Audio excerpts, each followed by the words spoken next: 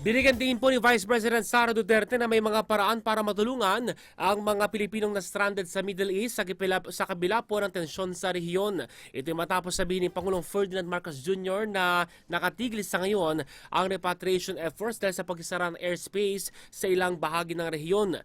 Ayon po sa pangalawang Pangulo, napakadali umano magpadala ng eroplano kung kailangan para matulungan ang mga Pilipinong nais na makabalik ng Pilipinas.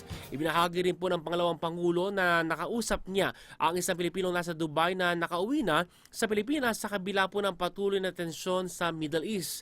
Sa ngayon, mailang bansa na ang matagumpay na nakapagpa-repatriate ng kanilang kababayan sa Middle East, kabilang po ang bansang Germany, Greece, France, Slovakia, Thailand at iba pa.